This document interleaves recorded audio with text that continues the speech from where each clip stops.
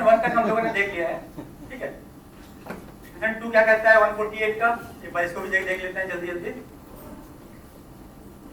पहला अभी एक्सटेंशन 2 किस चीज के लिए कह रहा है, 148 और 148 ए के लिए ये चार जो क्राइटेरिया दिए गए हैं, इनमें अगर कोई भी इंफॉर्मेशन इन क्राइटेरिया के तहत फॉल होती है तो उसको क्या किया जाएगा,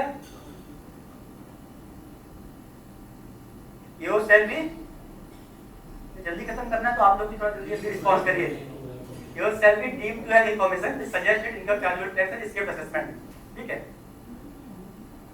क्या कह रहा है एक बार इसको मुझे बताइए, इसका क्या सार क्या है इसका, इस पूरे एक्सप्लेनेशन का। अगर कोई भी सर्च या सर्वे या फिर रिक्विजिशन उस असेसी की, ठीक है, मिली है कब, अगर वो सर्च जो है 1/4/21 या उसके बाद की गई है, ठीक है। अगर 1/4/21 या उसके बाद की कोई भी सर्च है या सर्वे है या फिर एओ सेटिस्फाइड है सीआईटी के अप्रूवल, अपनी सीआईटी के अप्रूवल के साथ में कि जो बुलियन या ज्वेलरी या गोल्ड डॉक्यूमेंट वगैरह सब जो भी कुछ चीजें मिली हैं वो पर्टेन करती है बिलोंग टू द असेसी, ठीक है। यहाँ पे बिलोंग टू द असेसी और इसके बाद क्या है pertains to or pertain to any information contained therein relate to the assessee। क्या डिफरेंस है, पहला हो गया आपके असेसी का सर्च हो गई, दूसरा हो गया सर्वे हो गया, तीसरा क्या कह रहा है कोई ऐसी चीज मिल गई जो इसका है, ठीक है। हमने किसी ज्वेलर के यहाँ सर्वे किया उसके 50 लाख मिल गए और उन्होंने कह दिया कि ये फलाना मिस्टर एक्स का है, तो मिस्टर एक्स को आप 148 पे डायरेक्टली ले सकते हो। तीसरा क्या है,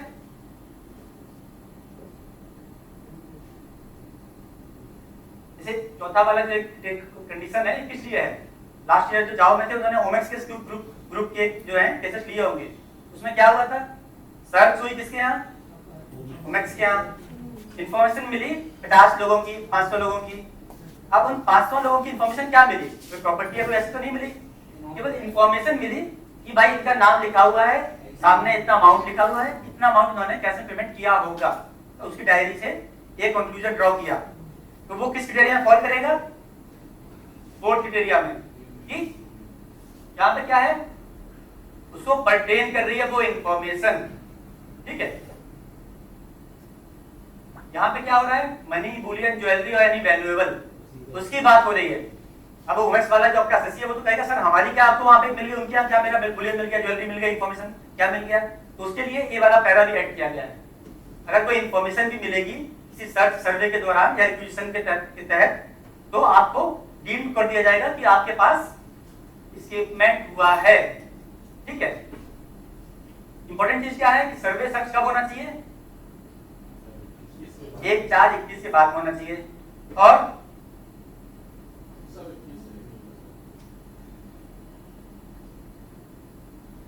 देखिए ये क्या कह रहा है इसको आगे देखते हैं हम लोग। एक चीज यहाँ पे जो यहाँ पे लिखा हो ना, अप्रूवल किसका लगेगा, अगर मान लीजिए कोई रिक्वेशन वाला केस है, ठीक है, जिसमें आप डायरेक्टली 148 ले रहे हो, किसका अप्रूवल लगेगा, आपके पीसीआईटी या सीआईटी का, ठीक है। अब जो थर्ड एक्सप्रेशन लिखा है क्या कह रहा है भाई, किस चीज की बात कर रहे हैं, स्पेसिफाइड अथॉरिटी कौन होगा 148 और 148A। ये जो एक्सप्लेनेशन है इस एक्सप्लेनेशन के लिए नहीं है, ये किसके लिए एक्सप्लेनेशन थी, ये पूरे 148 148A के लिए है। वहां पे जहां भी वर्ड स्पेसिफाइड अथॉरिटी दिया गया है वो कौन माना जाएगा, जो 151 में मेंशन्ड हो, ठीक है।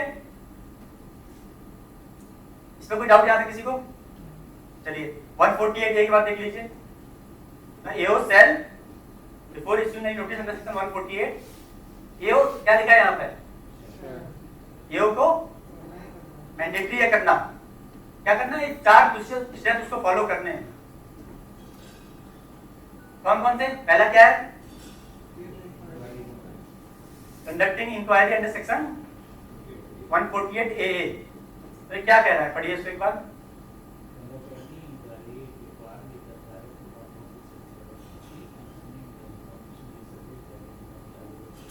Escaped assessment. अब यहाँ पे पहली चीज क्या है, एनी इंक्वायरी, स्पेसिफिक कोई चीज डिफाइन नहीं कि आपको क्या ही पूछना है, ठीक है। आप उस इन्फॉर्मेशन से रिलेटेड जो आपको लग रहा है कि ये इन्फॉर्मेशन रिक्वायर्ड है, कुछ और आपको डॉक्यूमेंट्स चाहिए है, तो बैंक अकाउंट का इन्फॉर्मेशन फ्लैग हुई है, उस बैंक अकाउंट से संबंधित जो चीज आपको चाहिए, स्टेटमेंट केवाईसी जो भी चाहिए, वो आप यहाँ पे 148A में मांग सकते हो। इफ रिक्वायर्ड क्यों दिया गया है? इफ रिक्वायर्ड लिखने का क्या जरूरत थी, बताइए कोई?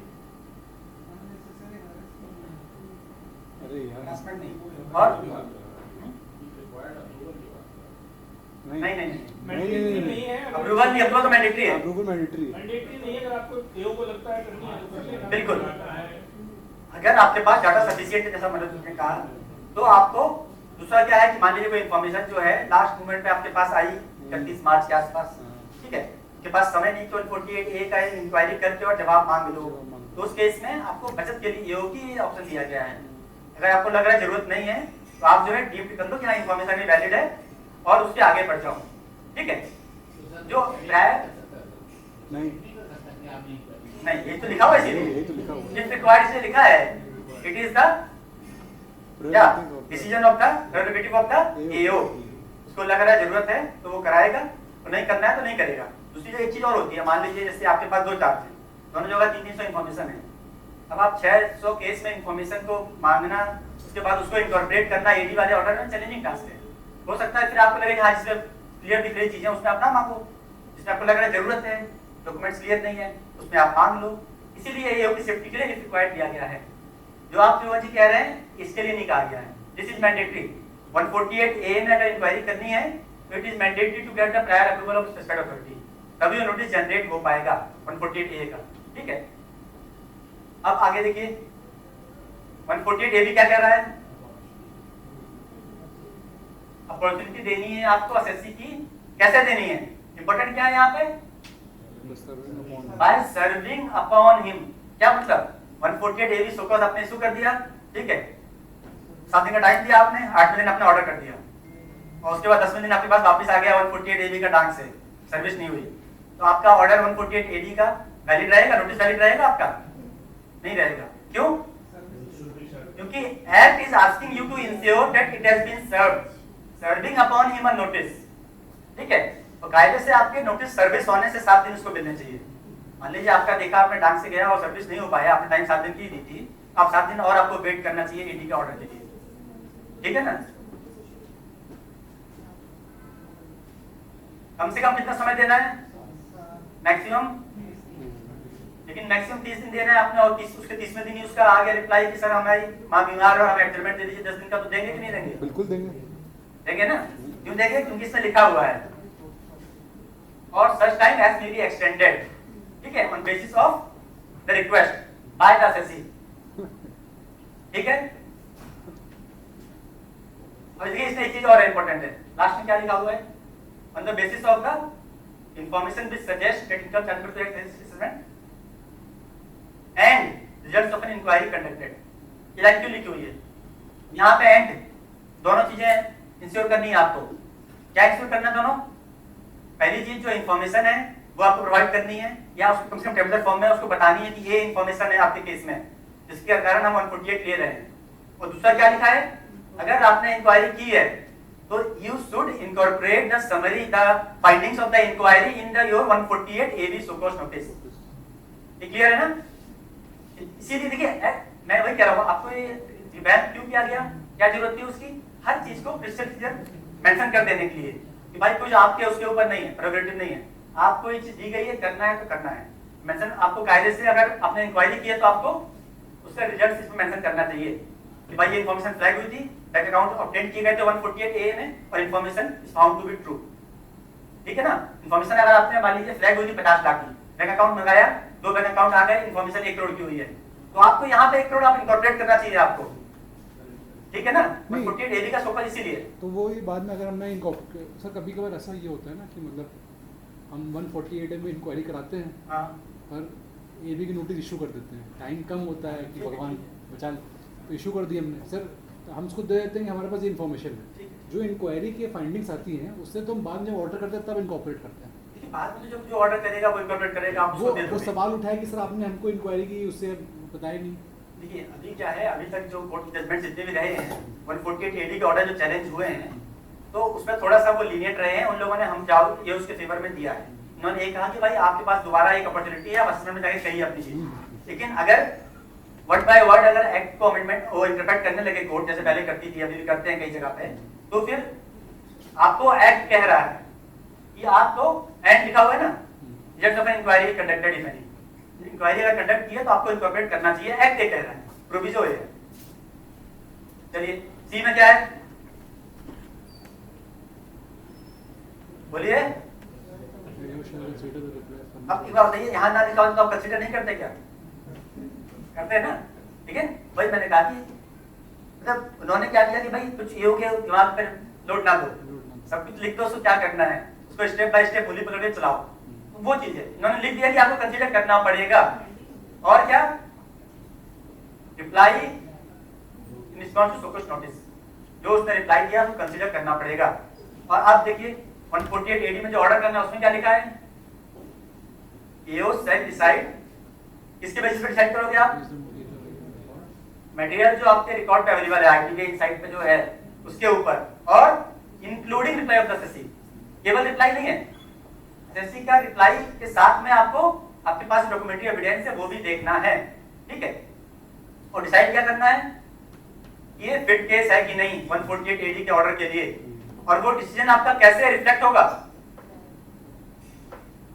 बाय पासिंग एन ऑर्डर, कैसे रिफ्लेक्ट होगा आपका डिसीजन को, 148 एडी का ऑर्डर, क्या मतलब हुआ इसका, 148 एडी का आपका ऑर्डर स्पीकिंग ऑर्डर होना चाहिए, जो सारे चीजों को आपने 148 ए में क्या इंक्वायरी की, क्या इंफॉर्मेशन फ्लैग हुई थी, ठीक है, बी में आपने सोकोस कब दिया, सर्विस कब इंश्योर की, सर्विस उसमें लिखा होना चाहिए, और उसके बाद फिर आपने क्या एनालिसिस की उसकी, और क्या आपकी फाइंडिंग्स हैं। It should be a speaking order which should be passed, ठीक है, with the prior approval of specified authority. कौन होगी स्पेसिफाइड अथॉरिटी, जो सेक्शन 151 में दी होगी, ठीक है। आगे देखेंगे यहाँ पे 148 में जहां भी स्पेसिफाइड अथॉरिटी लिखा हुआ है तो वहां पे वो सेक्शन 151 की बात कर रहा है, ठीक है। वो चेंज हो जाएगा, इस बार चेंज हो गया अभी। हाँ, अब देखिए यहाँ पे एक चीज और इंटरेस्टिंग चीज है, केवल ऑर्डर पास करने ही नहीं लिखा है, ठीक है। हमें एक टाइम तारीख तो हमारी रहती है 148 वाली ऑर्डर पास करने के लिए, 148 एडी के ऑर्डर के लिए एक इंटरनल टाइम तारीख यहाँ पे लिख के दी हुई है। क्या दिया हुआ है, पहला क्या लिखा है, एक मंथ के अंदर जब से एसएससी का रिप्लाई आया, मतलब आपने एसएससी को ये नोटिस दिया, आपने 15 दिसंबर को आपने मौका दिया था उसको 5 जनवरी तक का, लेकिन उसने जवाब दे दिया 29 दिसंबर को, टाइम बारिंग क्या होगी, 31 जनवरी। हम लोग समझ पा रहे हैं यहाँ पे, क्यों होगी, क्योंकि ये फर्स्ट क्लॉज लग जाएगा। आपको 148 एडी का ऑर्डर पास करने के लिए कितना समय दिया गया है, अगर रिप्लाई आ गई तो रिप्लाई के जिस मंथ में आया उस मंथ के एंड से 1 मंथ, ठीक है ना। अगर आपने डेट भले ही जनवरी की दी थी 5 जनवरी की, इसमें बहुत कंफ्यूजन 2-3 साल हम लोग को भी रहा, 5 जनवरी की आपने डेट दी है, लेकिन रिप्लाई अगर 31 दिसंबर को आ गया तो what will be the time barring date for passing of the order under section 148 AD, 31 जनवरी, उस मंथ से जिस मंथ में रिप्लाई आया उसके 1 महीने के अंदर। दूसरा केस, रिप्लाई अगर नहीं आ रहा है तो क्या होगा, बोलिए, डेट ऑफ हियरिंग जो है उस मंथ के एंड से अगला महीना, या फिर उसने एक्सटेंशन लिया है मान लीजिए, नहीं, ठीक है। इसमें सवाल ये है सर हाँ। कि जब रिप्लाई आ ही नहीं रही है तो एक्सटेंशन क्या लेगा वो, नहीं तो मानिए एक्सटेंशन लिया है, मतलब हमने खुद एक्सटेंशन दिया, ऐसा भी होता है, नहीं, मतलब ऐसा नहीं, फिर अपने सेक्शन अपने आप को नहीं देना, आपको अपने आप दे दोगे। हाँ, एक्चुअली कभी कभार जैसे लोड ज़्यादा होता है, हमने टाइम लगा दी 29 दिसंबर, सोचा कि इसकी टाइम बारिंग तो 31 जनवरी होगी, हमने बढ़ा करके एक्सटेंडेड टाइम दे दिया जनवरी में, अब टाइम बारिंग चली गई 28 फरवरी। देखिए वो आप यूज कर रहे हैं अपना, मतलब एक तरीके से आपको लग रहा है टाइम बारिंग बढ़ा रहे हो, लेकिन हमें लगता है अगर सर्विस हो चुकी है 7 दिन में कम से कम दे चुके हो आप, हाँ। तो आपको उसको सुमोटो क्यों बढ़ाओगे आप, मतलब अपना जिससे लोड होता है उसको कम, ठीक है, अपना लोड मैनेज करने के लिए हाँ। उसका अच्छा सजेशन है, आप ये कर सकते हैं। नहीं, यही सब हमें किया नहीं, हमें नहीं आइडिया है। एक्चुअली मना कर रहे थे अब की बार, हाँ। अब की बार मना किया गया कि नहीं हाँ, देना है। वही कह रहा हूँ कि मैं आप जनरली क्यों दोगे, आपके बार एक्सटेंशन बढ़ाने के लिए आप उसको यूज कर रहे टेक्निक को, एक्ट क्या कह रहा है, अगर उसका रिप्लाई आया, रिप्लाई नहीं आया, एडजमेंट मांगा उसने मान लीजिए, ठीक है, आपने उसको डेट दी थी 15 जनवरी की, उसने 2 हफ्ते एडजमेंट लिए और उसकी डेट एडजमेंट की लास्ट डेट जो है वो एक्सपायर कर रही है 1 फरवरी को।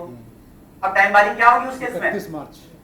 30 मार्च। क्यों? 1 फरवरी से उस मंथ का एंड ले लीजिए, 28 फरवरी ले लीजिए और उसके बाद 1 महीना और जोड़ लीजिए, ठीक है, ये चीजें क्लियर है ना? ठीक है, इसी को आप अगर आपको ना समझ में आ रहा हो तो ये स्लाइड रहेगा, इससे आपको बहुत इजीली मतलब डेट जो है निकालने में जाओ उसको हेल्प मिल जाएगी। टाइम बारिंग क्या, मंथ की किस कब रिप्लाई आया, कब क्या हुआ, उसके हिसाब से आप टाइम बारिंग इससे बड़ी इजीली ट्रैक कर सकते हो, ठीक है। आगे बढ़ते हैं हम लोग। अब देखिए एग्जेम्पशंस कौन कौन से 148A में, वही जो हम लोगों ने वहां पे पढ़ा था, क्या क्या एग्जेम्पशंस हैं। वहां पे क्या लिखा था कि इंफॉर्मेशन डीम्ड कर ली जाएगी 148A वाले में, 148 अगर सर्च वर्ड केस होंगे तो उसमें। यहाँ पे क्या लिखा हुआ पढ़िए, क्या डिफरेंस है उसमें इसमें, पढ़िए आप लोग, मुझे बताइए क्या लिखा है इसमें, कोई बताए क्या कह रहा है, किस प्रोविजंस की बात कर रहा है सर? ये 148A के प्रोविजंस एग्जम्पशन से किस प्रोविजंस की बात हो रही है? 148A के प्रोविजंस की बात हो रही है। 148A में जो प्रोसीजर बताया गया है 148A A B C D वो अप्लाई नहीं करेगा। किस केस में नहीं करेगा? जो हम लोगों ने वहां पे पढ़े थे 4 केस, कोई सर्च हुआ है, ठीक है, सर्च में बुक्स ऑफ अकाउंट्स या कुछ भी डॉक्यूमेंट असेट्स अगर मिला है या रिक्वेशन किया गया है। रिक्वेशन समझते हैं ना? सर्च जो होता है डायरेक्टली आपने एसएससी के घर पे सर्च किया, वो सर्च हो गई। किसी एसएससी के आप किसी और अथॉरिटी ने जो इलेक्शंस में होता है, क्या होता है वो रिक्वेशन होता है 132A। उसमें क्या होता है, अगर कोई प्रॉपर्टी किसी दूसरी एजेंसी ने उसको इंटरसेप्ट कर लिया, मान लीजिए किसी बंदे को 50 लाख कैश के साथ में, बाद में आप क्या करके उससे रिक्वेशन कर रहे हो कि सर ये कैश जो है डिपार्टमेंट को दे दीजिए, इसके पता कुछ हम लोग करेंगे, दैट इज रिक्वेशन, ठीक है ना। तो अगर सर्च या रिक्वेशन का केस है 1 अप्रैल 2021 के बाद का, ठीक है, या फिर सर्च सर्वे का केस है और एसएससी का वैल्यूएबल्स या आर्टिकल्स या कोई भी थिंग्स किसी और एसएससी का मिला जिसके यहाँ सर्च हुआ, तब भी जो है 148 अप्लाई नहीं करेगा, ठीक है। तीसरा वही ओमेक्स वाला क्या होगा, अगर कोई इंफॉर्मेशन मिल गई जो परटेन करती है आपके एसएससी को किसी दूसरे के सर्च में, तब भी आपको क्या हो जाएगा, इंफॉर्मेशन डीम्ड हो जाएगी और 148A के प्रोविजंस आपको फॉलो नहीं करने हैं। क्या करना है फिर? प्रायर अप्रूवल चाहिए। हाँ, वो पीसीआईटी का सीआईटी पीसीआईटी, उसके इसमें क्या हो जाएगा, क्या करोगे इसमें आप? सीधे 148 सीधे 148 लेंगे, बोलिए तो। उसमें आपको 148A की प्रोसीडिंग्स नहीं करनी है, डायरेक्टली 148 की नोटिस आप दे सकते हो, ठीक है ना। ये 135A रिसीव्ड एनी इंफॉर्मेशन, अगर कोई इस तरह की इंफॉर्मेशन आई तो मैं देखता हूं, सब लोग आगे एक देखते हैं अभी, ठीक है। आप लोगों ने इंफॉर्मेशन देख ली है, इस चीज को एक बार ये दिया हुआ है, जो भी इंफॉर्मेशन फैक्ट क्या मानी जाएगी, एक तो जो आरएमएस की होती है, high risk non filer, filer, CRU, BRU, high risk transactions, ठीक है। ये क्या होते हैं हाई रिस्क ट्रांजैक्शंस? जो इंफॉर्मेशन इन्वेस्टिगेशन वगैरह से आती है, रिपोर्ट आती है, वो सब इसमें आते हैं ना हाई रिस्क वाले में। उसके अलावा ऑडिट ऑब्जेक्शंस, देखिए जो हम लोग बात कर रहे थे 135 की स्पेशल कलेक्शन ऑफ इंफॉर्मेशन है, ठीक है। स्कीम अभी तो आप लोग कोई इंफॉर्मेशन स्पेशलिस्ट में शेयर करते नहीं है इस स्कीम के तहत, अभी शायद बोर्ड ने नोटिफाई नहीं किया है। हाँ, वो आप शेयर कर दे तो बस जाओ इस पे काम करो। अभी एक स्कीम बनाई गई है, इसके तहत अगर कोई इंफॉर्मेशन शेयर की जाएगी तो फिर इसमें भी एजेंसीज में आ जाएगा, आपको 148A नहीं करना पड़ेगा, ठीक है। और कोई इंफॉर्मेशन जो कोर्ट का ट्राइब्यूनल से की हुई हो, इनमें आपको इंफॉर्मेशन डीम्ड कर ली जाएगी, ठीक है।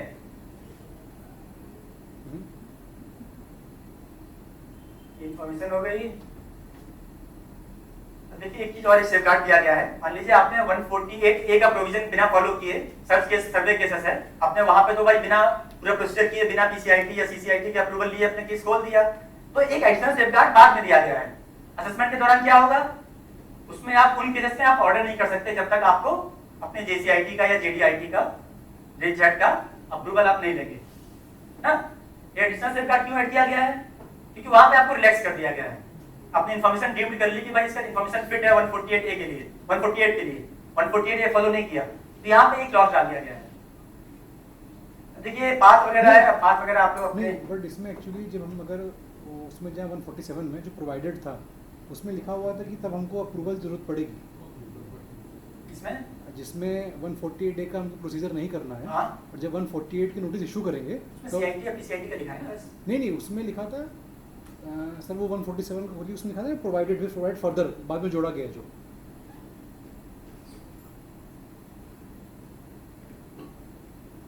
और पीछे सर इसके पीछे तो ये प्रोवाइडेड नहीं ना? नहीं प्रोवाइडेड हाँ था नो नोटिस, हाँ unless there is information.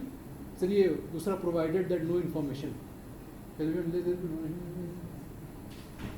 Prior approval of the specified to issue such notice, ये वाला सर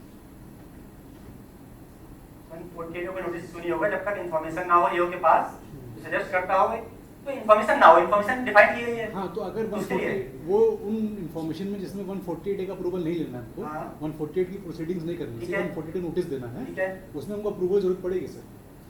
उसमें अप्रूवल किसका लेना है आपको? उसमें एक अप्रूवल केवल अपने CIT या PCIT का लेना है। जिसमें आप डायरेक्टली 148 की नोटिस भेज रहे हो, उसमें सिस्टम पे आपको अप्रूवल अपने आप भेजोगे ना, वो अपने आपके CIT के पास जाएगा, आपके CIT का अप्रूवल लगेगा, yes। ठीक है। 148 एक ही प्रोसीडिंग जहाँ पे हो रही है वहाँ पे स्पेसिफाइड अथॉरिटी का लगेगा। स्पेसिफाइड अथॉरिटी कहाँ 151 में डिफाइंड है? नहीं तो इसमें तो लिखा है prior has obtained prior approval of specified authority to issue such notice. तो ये इन्फॉर्मेशन की बात हो रही है, जिनमें इन्फॉर्मेशन है, जो मतलब जो ये हम 148 ये वाली प्रोसीडिंग्स कर रहे हैं उसके लिए है ये 148 की जो प्रोसीडिंग्स हो रही हैं उसकी बात हो रही है, तो 148 में दिया है ना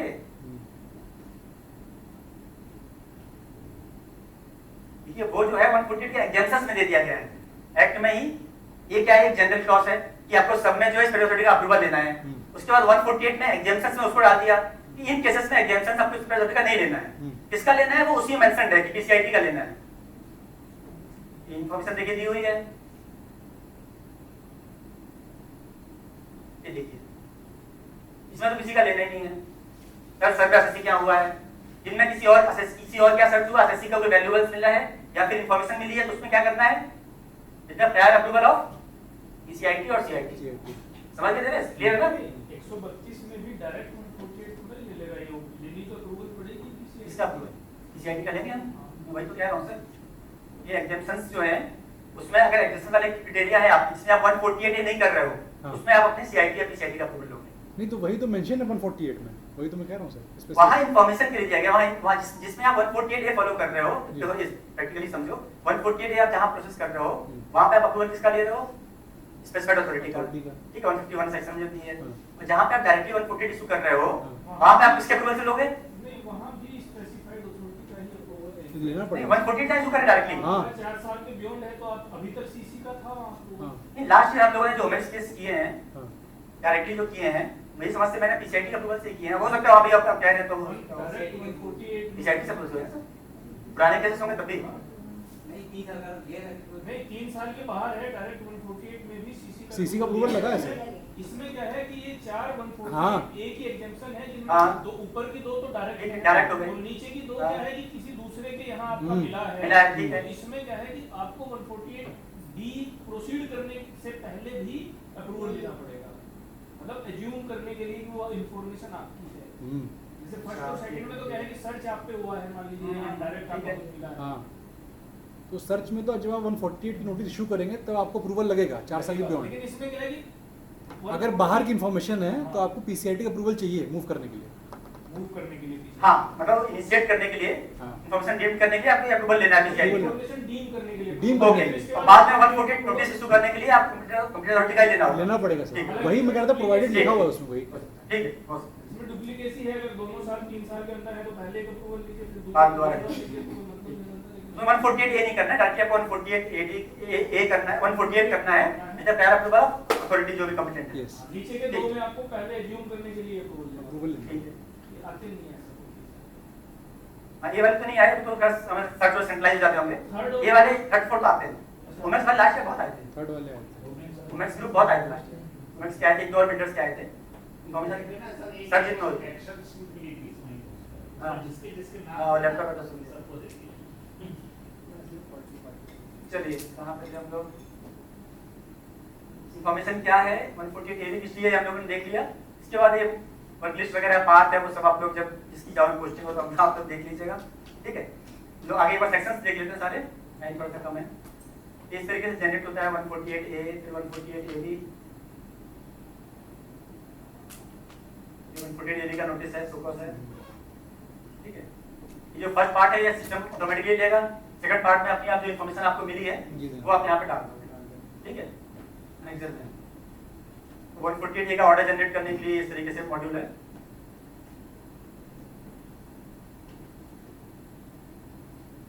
ये फाइनल 148 ए का ऑर्डर है इसी केस में,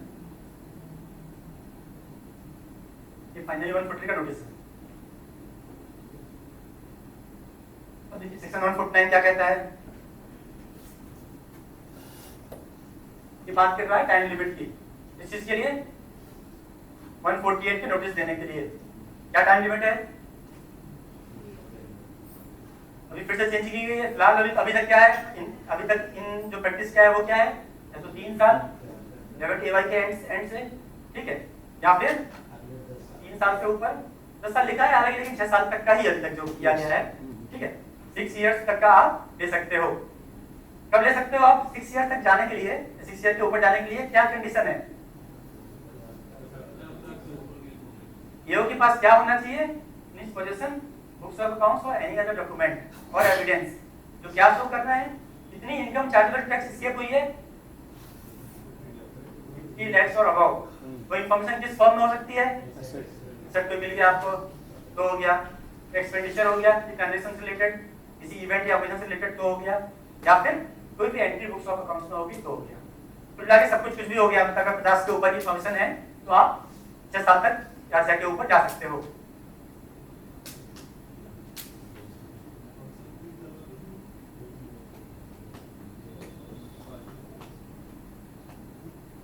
ये एक के जो लॉस दिया हुआ है क्यों दिया हुआ है, ये क्या इसका पर्पस है,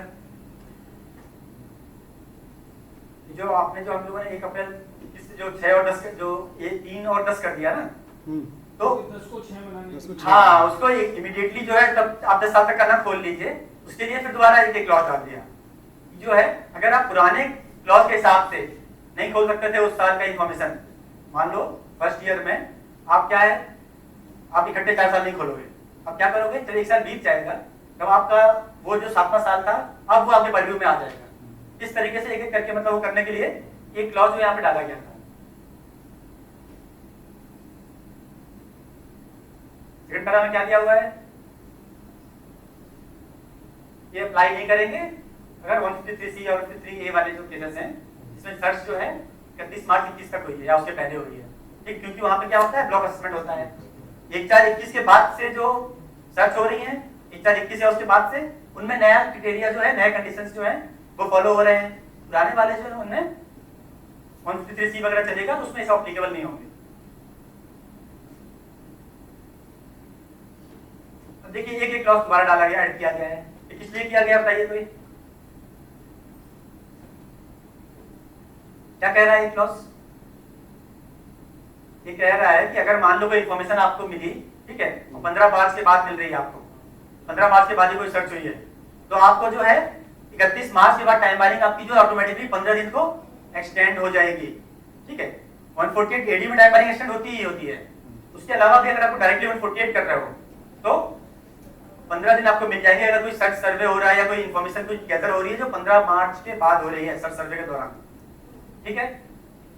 इसमें मेरा एक डाउट है, जैसे हमारे यहाँ ये पिछली बार काफी देर हुआ कि जैसे कुछ सर्च केसेस होते हैं उसमें जो होती है रिलेटेड पार्टी होती है जिनके डायरेक्ट एग्जीक्यूट नहीं हुआ है वारंट, उनके केसेस सीआरयू पे अपलोड कर दिए गए, वो हमें रिफ्लेक्ट हुए सिस्टम में थ्रू साइकिल जो चलता है इनसाइट रिव्यू वाला, इनसाइट में ठीक है। अब उस केस में हमारे यहाँ 2 व्यूज थे, एक कुछ लोग कह रहे थे कि डायरेक्ट 148 ले लो क्योंकि सर्च से रिलेटेड है, कुछ लोग कह रहे थे कि नहीं डायरेक्ट 148 नहीं लेना है, 148 ए के थ्रू जाएंगे। सेम चीज हमारे अमिताभ सही कह रहे हो। तो इसमें लास्ट क्या है फाइनल कंक्लूजन कुछ है? नहीं, हम लोगों ने जो प्रैक्टिस की वो बता सकता हूँ मैं, फाइनल कंक्लूजन तो बोर्ड बता सकती है। हम लोगों ने प्रैक्टिस जो किया था, हम लोगों ने जो भी केस अगर आरएमएस से फ्लैग हो रहा है वो इन्फॉर्मेशन के द्वारा ट्रीट हो रहा है, तो हम लोगों ने 148 का प्रोसीजर पूरा फॉलो किया था। उसमें नहीं आएगा, वो आएगा सीआरयू में आएगा। हाँ बस सीआरयू किसी भी उसमें आ रहा है, इनसाइट पे अगर केस फ्लैग हो रहा है, हाँ अगर इनसाइट पे केस फ्लैग हो रहा है तो हम लोगों ने उसको इनसाइट से पूछ करके आईटीबीए पे लिया, 148 का प्रोसीजर किया, उस तरीके से किया। जो इन्फॉर्मेशन डायरेक्टली मिल के आ रही है, हवा से आ रही है, भाई इसको ट्रीट किया जाए इस एग्जाम्पशंस के क्लॉज के हिसाब से। जैसे ओमेक्स के जो केस थे कुछ हाँ। मुझे पता है, मैं उसमें नहीं था जाऊंगा, हाँ। लेकिन ओमेक्स के सारे केस सीआरयू वीआरयू के थ्रू आए थे, ना कि मेल से आए थे या मेल से आए थे? नहीं, हम लोग की इन्फॉर्मेशन मेल से आई थी, मेल से आए थे। हमें तो यहाँ से मेल चाहिए थी ना, गाँव में जाए। हाँ, मेल तक शेयर हुई थी, उसमें आई थी। मुझे ये याद है कि जो भी इनसाइट पे अगर आ रहा है तो उसको हम लोगों ने इनसाइट से आईडीवी पे लेकर के 148 ए के थ्रू किया था। डायरेक्टली जो इन्फॉर्मेशन यहाँ वहाँ से आई, इन्वेस्टिगेशन से आई और कहीं से आई, किसी ईओ ने शेयर की, उसको हम लोग फिर 148 ए का जो प्रोसीजर है वो फॉलो किया। हमने भी ऐसे ही है, लेकिन हमारे हाँ, वैसे कोई फर्दर गाइडलाइंस इस पे अभी नहीं। थोड़ा सा लोगों को डाउट था कि भाई गलत हो गया। ये डाउट तो था ही, लेकिन वही है कि अगर आप भाई देखो 148 आपको ये करना था और नहीं किया तो चैलेंज है। 148 करना था, डायरेक्टली कर सकते हैं, 148 ए कर लिया तो सेफ गार्ड है आपके लिए। तो आप बेटर है कि आप उस पर वो करो। बिल्कुल, हमारा भी ठीक है। ये व्यू था। हाँ। कुछ लोगों ने मतलब इस पे कहा कि नहीं गलत नहीं, वो देखिए इशू तो है ही, मतलब वो डिफेंस ओपिनियन का तो है ही, लेकिन अगर उस पर फ्लैग हुई है तो फिर हम लोग उसको 148 ए के तहत इन्फॉर्मेशन की तरह मानेंगे। सजेशन ये भी है कि बीटीआरटीआई में तो कम से कम ऐसी चीजें एकदम सोर्स ऑफ बोर्ड बार्ड से पता करके बताई जाए ना। सर नोट करिए, ठीक है। इसमें मतलब बोर्ड मांग सकते हैं, लेकिन बोर्ड से आगे भी तुरंत मतलब बोर्ड को फ्लैग तो ऐसा नहीं है कि इशू फ्लैग ही नहीं हुआ होगा, तो बताया तो कही होगा कि ये इशू आ रहा है। बोर्ड का जजमेंट जब आए या उसका अगले साइकिल के पहले आए, कब आए। अगर बोर्ड क्लियर कट बता देगा तो सीधे इंस्ट्रक्शन जारी कर देगा। हाँ, तो वो तो करती है फिर बोर्ड इंस्ट्रक्शन जारी करेगा।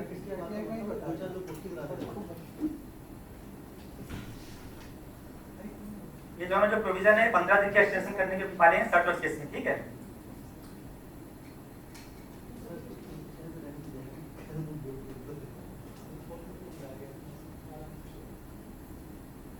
ठीक है, 149 हम लोगों ने देख लिया। तो 150 क्या कह रहा है? ये वही कह रहा है कि भाई कोई अगर अपील अफेक्ट दे रहा है, कोई कोर्ट का कुछ मैटर है, तो आपको जितना भी टाइम बीच में गया वो एक्सक्लूड कर दिया जाएगा टाइम पीरियड से, उतना टाइम पीरियड आपका एक्सटेंड हो जाएगा, ठीक है। तो सब जो टाइम पीरियड वाले सेक्शन से प्रोविजन से 149 वाले वो अप्लाई नहीं होंगे अगर कोई अपील अफेक्ट वगैरह का मैटर है, ठीक है। अपील बिल्कुल गया हुआ है किसी भी स्टेज पे। Section for issue of notice 151 section क्या कहता है? स्पेसिफाइड अथॉरिटी जहां मेंशन्ड है 148 148 ए में, वो इसकी बात करता है। इसकी अगर 3 साल के अंदर का मैटर है तो पीसीआईटी या सीआईटी या डीआईटी, इसके ऊपर का मैटर है तो प्रिंसिपल चीफ कमिश्नर और चीफ कमिश्नर या डीजी, ठीक है। पहले साल में क्या हुआ था, 21 में जब आया था, सारे केसेस जो है प्रिंसिपल चीफ ने ही किए थे, ठीक है। बाद में इसीलिए उसको थोड़ा सा उन्होंने ऐसे कर दिया कि और चीफ कमिश्नर बाद में अमेंडमेंट किया है 33, और उसके ताकि सारे केसेस जो हैं वो प्रिंसिपल चीफ के पास ना जाए। प्रिंसिपल के पास कौन से केस जाएंगे, कब जाएंगे? जैसे यूपी ईस्ट में कौन से केस जाएंगे प्रिंसिपल चीफ के पास, और सीसी के पास कौन से जाएंगे? हाँ, जहां पे एडमिनिस्ट्रेटिव कंट्रोल पीसीआईटी का जो है वो सीधे पीसीसी एक्सरसाइज कर रहा है, जैसे लखनऊ में है, तो वहां पे डायरेक्टली जाएंगे पीसीसी के पास। और लेकिन अगर सीसी एक्सरसाइज कर रहा है, जैसे हम लोग सुल्तानपुर से कहाँ जाते थे केस? इलाहाबाद। कहीं से भी ऑल ओवर यूपी ईस्ट कहीं भी अगर कोई हो, लखनऊ के अलावा सीआईटी के अंडर में जो है जाओ, उनके कहाँ जाएंगे? सीसीआईटी इलाहाबाद के पास। मैंने पूछा कि सर सीसीआईटी इलाहाबाद लिखा है तो फिर इसमें सीसी लिखा है, तो लखनऊ वाले वहां क्यों जाते हैं? सीसी मुझे लगता है सीसी का जुडिक्शन सबके पास होगा। फिर मुझे किसी ने बताया कि नहीं, एडमिनिस्ट्रेटिव कंट्रोल जो पीसीआईटी का है it is not fall under CCIT Allahabad, वो डायरेक्टली प्रिंसिपल चीफ के अंडर में है। ये चीज होपफुली क्लियर हुई आप लोगों को। कब किसका लगेगा? 3 साल या उसके अंदर है तो ये हो जाएगा, 3 साल के ऊपर है, 50 लाख से ऊपर है तो इनका हो जाएगा। अभी 151A में जो है हो सकता है कोई आगे चल के बनाए असेसमेंट ऑफ इनकम, अभी ये बनी नहीं है, कोई तो ऐसा कुछ है नहीं असेसमेंट। अगर 148A जो है जॉब करता है, कल कोई स्कीम के तहत बोर्ड जो है पाव को दे सकता है, भाई ये काम भी आप ही करो, ठीक है, जॉब को फ्री करो, ठीक है। लिटिगेशन तो है ही, लिटिगेशन देखिए अभी केवल एक सेक्शन है डालने से लिटिगेशन हो गया, इसको ना डालते 148 जॉब करता रहता। अब मतलब वही तो कह रहा हूं, इतना डिफेंसिव खेल गए कि वो उसका फायदा लोगों को मिल रहा है। अभी लोग कहते हैं क्या चैलेंज करते हैं एसएससी, भाई आपने लिखा हुआ है कि फेस्टेस होगा रीअसेसमेंट, और आप जो है वो जाओ से करवा रहे हो, फिर उसका बोर्ड ने क्लैरिफिकेशन वगैरह दिया है, हो गया वो सब ठीक है। अब जो आप बात कर रहे थे ना नेक्स्ट स्टार्टिंग किस हिसाब किस रेट पे होगा, जो उस एवाई का रेट हो, किसी भी एवाई का खोलो, ये भी देखो ये आगे मेंशन है इसमें। अब एक चीज और, हाँ अब बताइए 148 AD का ऑर्डर आपने किया है तो इसकी अपील एसएससी कहां कर सकता है? इसमें आ गया हाई कोर्ट का, इलाहाबाद हाई कोर्ट का जजमेंट आ गया कि ये अपीलेबल ऑर्डर नहीं है, इंटरलोक्यूटरी ऑर्डर है, 148 में आपको पूरा मिल ही रहा है। आ गया ना इसमें एक ऑर्डर आ गया इलाहाबाद हाई कोर्ट का, कई ऑर्डर आए हैं, लेकिन मैं वैसे पूछ रहा हूं स्टैट्यूटरी आप बताइए क्या सीआईटी बिल जा सकता है एसएससी? क्यों नहीं जा सकता? क्या कारण है? हैं? गूगल का सीसी लगा हुआ मान लो, लेकिन गूगल सीसी का लगाया वो ठीक है। कई केसेस में हमें लगता है सर सर्किल वर्किल में या कहीं भी अप्रूवल हो सकता है, अप्रूवल के साथ ऑर्डर होते हो, लेकिन वो सीआईटी बिल ज्यादा ही सकते हैं।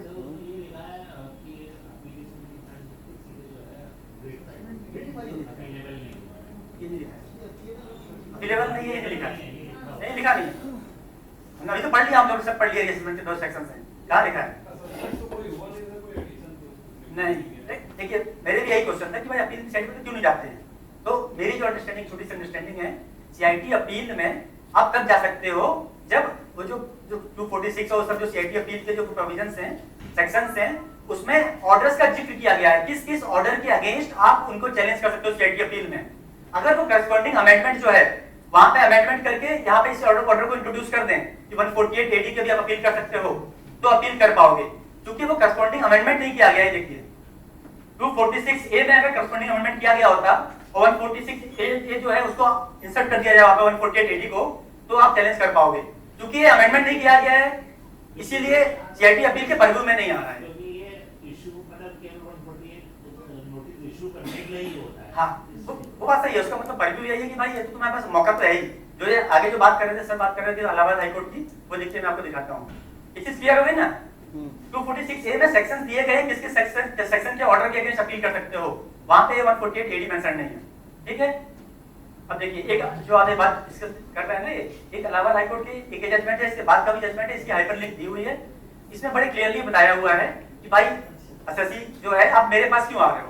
आप अभी जो आप चैलेंज कर रहे हो, आपके पास ऑलरेडी एक फोरम है, आप असेसमेंट के दौरान बताओ।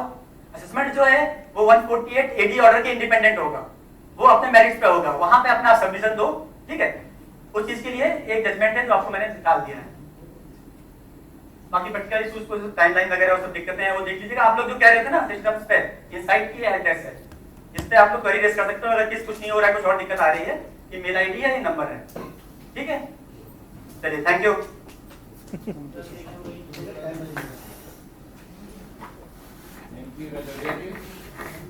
अब हम लोगों के जो साथी लोग वहाँ जाएंगे हरिश्चंद्र जी को विदाई समारोह में, वो चले जाएंगे। सिर्फ जो वहाँ नहीं जाएंगे उनके लिए आज बुक रीडिंग का काम है, यहीं बैठ के बुक रीडिंग करेंगे।